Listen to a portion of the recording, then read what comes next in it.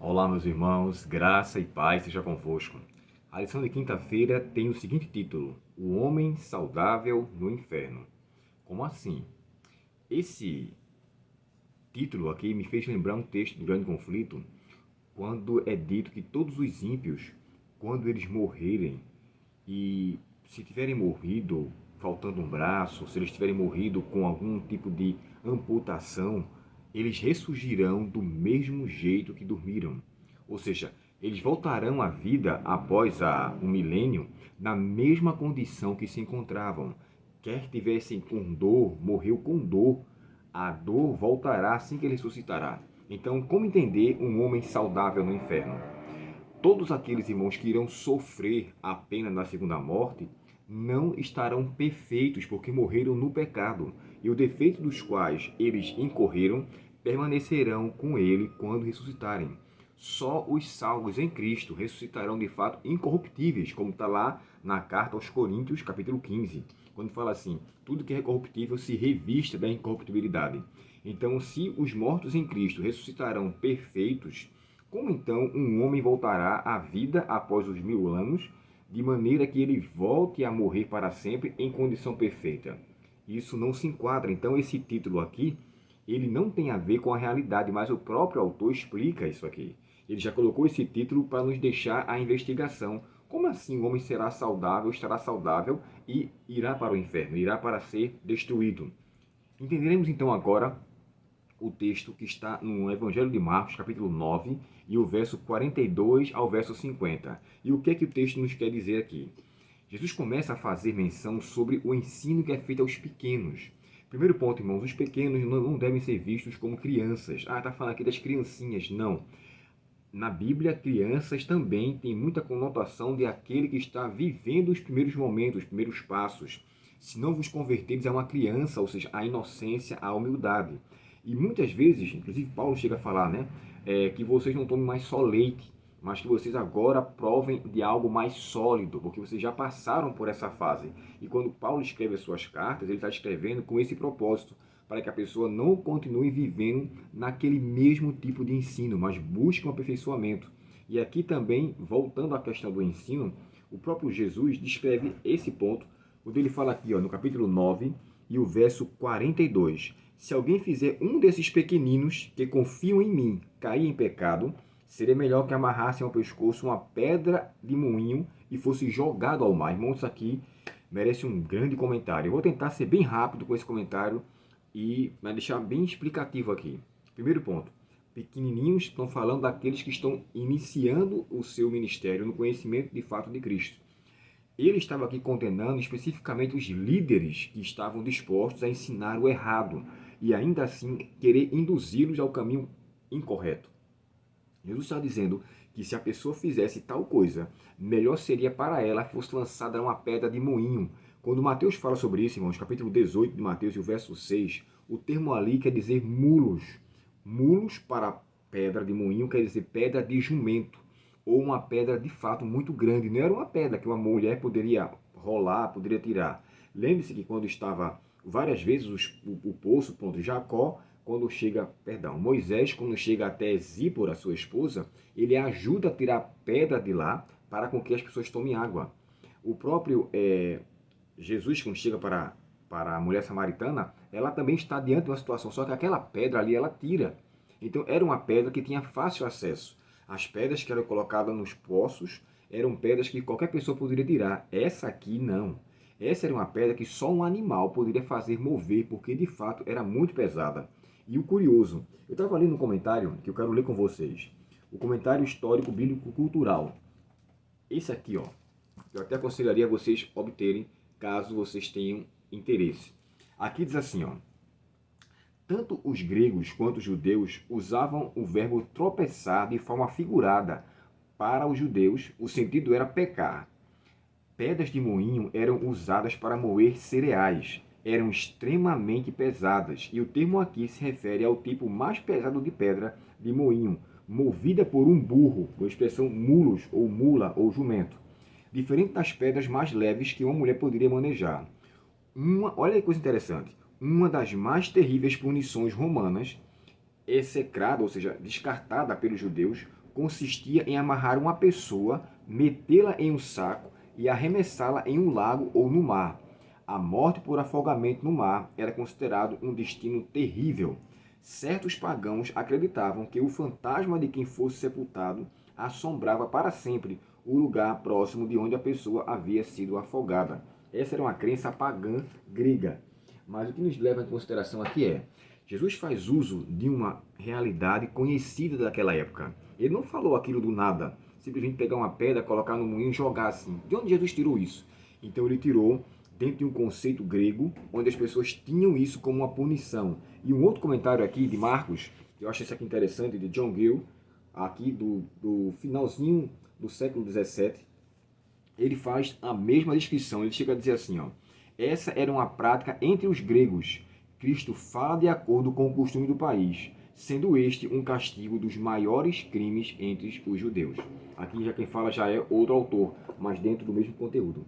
Então, assim, quando eu olho esses textos, essas referências, então eu entendo que para que a pessoa ensinasse alguém a errar o seu caminho ou ensinar uma doutrina errada, isso era tão prejudicial para a pessoa a ponto de levar a esse castigo. Embora esse castigo aqui, irmão, está dando uma punição de algo assim, com grande severidade, eu entendo que isso aqui tem a ver com o futuro. Ou seja, se eu ensino o que é errado, consciente daquilo, com certeza a minha consequência no futuro será terrível. E aí então ele começa agora a entrar nas exclusões, quando ele fala assim: se o teu olho pecar contra ti, olho você sabe, sinônimo de desejo, de cobiça. Aí ele fala de mão: se a tua mão fizer pecar contra ti, arranca. Lembre-se que o pecado começou aqui nessa terra pela mão. Primeiro pelos olhos, depois pela mão e depois pelos pés. Eva, inicialmente, podemos até fazer o contrário. Eva foi até o próximo ao fruto, então ela andou em caminhos que não condizia. Depois, ela, quando chegou até lá, o que primeiro levou a ida até lá foi os seus olhos. Ao ver a serpente, então ali na árvore do conhecimento do bem e do mal. Então ela se sentiu atraída e foi até lá. Primeiro foram os olhos. Lembre-se que é dito, né? Se os teus olhos forem bons, todo o teu corpo terá luz. Se Eva tivesse visto aquilo e tivesse desviado, seria bem diferente. Então ela olha e anda. Em seguida ela pega do fruto. Então Eva usou os pecados do olhar, o pecado do andar e o pecado também do pegar. Isso me faz lembrar o texto de Salmos 1, né? Bem-aventurado o homem que não anda segundo o conselho dos ímpios, não se detém no caminho dos pecadores e nem se assenta, ou seja, se acomoda naquela situação. Eva, infelizmente, cometeu esses 3 deslizes. Eva andou, ela olhou e ela pegou. Voltando aqui à questão, um outro ponto que merece consideração. Esse texto também, o próprio Jesus, quando ensina, ele faz menção sobre a questão a pessoa deveria ser lançada dessa pedra e morresse ali. E ali, de fato, mostrasse que não valeu a pena ela ter vivido. Então, o que eu entendo disso? O que é que eu entendo disso aqui? Jesus está, de fato, focalizando o povo, seus filhos, a andarem em uma santidade correta, de um ensino, de um aprendizado, de fato, santo, que lhe traga um conceito de vida diferente. E escrevendo aos Tessalonicenses, Paulo fala algo bem parecido com isso aqui, ó. Primeira carta aos Tessalonicenses, capítulo 4, e o verso de 1 ao verso 7 diz assim. Perdão, 3 ao verso 7. Verso 8. A vontade de Deus é que vocês vivam em santidade, por isso mantenham-se afastados do pecado. Cada um deve aprender a controlar o próprio corpo e assim viver em santidade e honra, não em paixões sensuais como gentios que não conhecem a Deus. Neste assunto, não prejudiquem nem enganem seu irmão, pois o Senhor punirá todas essas práticas, como já os advertimos solenemente. Pois Deus nos chamou para uma vida santa e não impura. Portanto, quem se recusa a viver de acordo com essas regras não desobedece a ensinamentos humanos, mas rejeita a Deus que lhes dá o seu Espírito Santo. Com essas palavras, eu finalizo aqui o estudo da lição de hoje e da semana também. Tenhamos o cuidado do verdadeiro aprendizado, porque devemos colocar, como está no verso central da Bíblia, né? Salmo 118, verso 8. Melhor é confiar em Deus do que confiar no homem.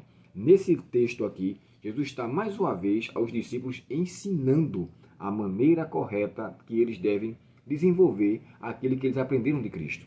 É lamentável, irmãos, que essa expressão aqui é vista por alguns como que tem que fazer agora uma automutilação. O texto aqui até faz menção sobre as proibições que se existia, né? Deuteronômio capítulo 14 começa a falar sobre isso. Não faça cortes no seu corpo.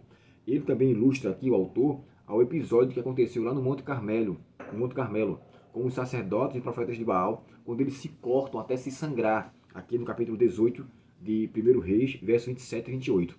E nos chama a atenção, e agora eu queria que vocês vissem essa figura que eu vou colocar, sobre um homem chamado Aaron Ralston. Este homem, ele em 2003, ele era alpinista, ele estava praticando o seu alpinismo e ali ele cai em um determinado buraco e a sua mão fica presa em uma pedra. Irmãos, ele passou, tem até um filme que depois deu origem a isso deu origem a um filme chamado 127 Horas, que é o mesmo que 5 dias e 7 horas. Então, quer dizer, nesse tempo que aconteceu aqui, o homem ficou lá preso, tomou água do que ele tinha na sua botija, na sua garrafa, mas ao terminar ele não tinha mais o que tomar. Então ele começa a urinar dentro daquela garrafa, e aqui está a imagem dele junto com o que acontece em seguida. E ele toma a água, quando a água acaba, ele começa a tomar agora a sua urina. Quando ele estava vendo que não tinha nada a se fazer porque estava preso, ele então decidiu cortar o seu braço. E é de fato como está aqui na ilustração, o seu braço está cortado e ele, na verdade, para viver, ele cortou o braço. Agostinho também tem esse conceito, embora a Bíblia não está endossando a automutilação. Ela está mostrando que, embora haja sofrimento e dor, é melhor cortar aquilo que está lhe causando problemas para uma vida eterna, futura, do que viver com ela e ir com ela para o inferno. Então, assim, aqui o título, né, como fala assim, um homem saudável, a pessoa irá para o céu faltando um olho, irá para o céu faltando um braço, faltando uma perna? Claro que não. Jesus faz uso de uma hipérbole aqui agora para demonstrar que é necessário que haja de fato cortes, embora cause dor. Isso nos faz lembrar João capítulo 15, né? Eu sou a videira e meu pai é o lavrador e vós sois os ramos. Toda árvore em mim que não dá fruta ele corta, mas aquela que dá fruta ele polda. E essa poldagem, Ellen White descreve no livro O Desejo de Todas as Nações, quer dizer, a poldagem vai causar dor, porque tem que tirar algumas coisas. E aí entra o ensinamento de Cristo. Se não renegar a si mesmo, vocês não podem ver o reino dos céus. Em outro momento ele fala, se não renegar a si mesmo, vocês não podem ser meus discípulos. Então é necessário que cortemos aquilo que pode comprometer. O próprio Jó, ele não arrancou o seu olho, mas de acordo com Jó 31, verso 1, ele fala, eu fiz uma aliança com os meus olhos para não cobiçar nenhuma mulher. Então quer dizer, o ideal é trabalhar em cima daquilo, evitar, mesmo em sua perfeição física, mas estar em paz com Deus, mesmo que isso cause dor por conta do que o pecado causa em nossa natureza pecaminosa, nossa natureza carnal, melhor dizendo. Então, assim, o que eu entendo é que Cristo está endossando o devido cuidado e chamando nossa vida para uma santidade. Esse texto também se enquadra, irmãos, no Sermão das Bem-aventuranças, né? Onde ele fala algo semelhante a isso. Nós não devemos deixar com que nossos olhos, nossas mãos, nossos pés nos levem a caminhos errados, a coisas erradas, mas que em Cristo haja uma perfeição, não só física, mas também uma perfeição espiritual. Que Deus, portanto, nos abençoe e que eu e você possamos levar em consideração os ensinos de Cristo para a nossa vida, desde agora e para sempre. Vamos orar ao Senhor nesse momento. Querido Pai Celestial, nos ajuda, ó Deus, a sabermos cortar aquilo que, embora pareça agradável aos nossos olhos, mas que temos a convicção de que ela não nos levará a um caminho seguro. Não é fácil, ó Pai, por nossa natureza carnal, mas acreditamos que em Cristo somos mais que vencedores. Dá-nos a Tua bênção, ajuda-nos a vencer as nossas dificuldades e faz em nós o Teu santo querer, ó Deus. Te pedimos em nome de Jesus. Amém. Deus te abençoe, um ótimo dia em sua presença. O vídeo ficou extenso, mas eu espero que possa ter ficado compreensível a você. Um ótimo dia, um bom final de semana e até o próximo estudo com a lição 8, se Deus quiser. Até logo.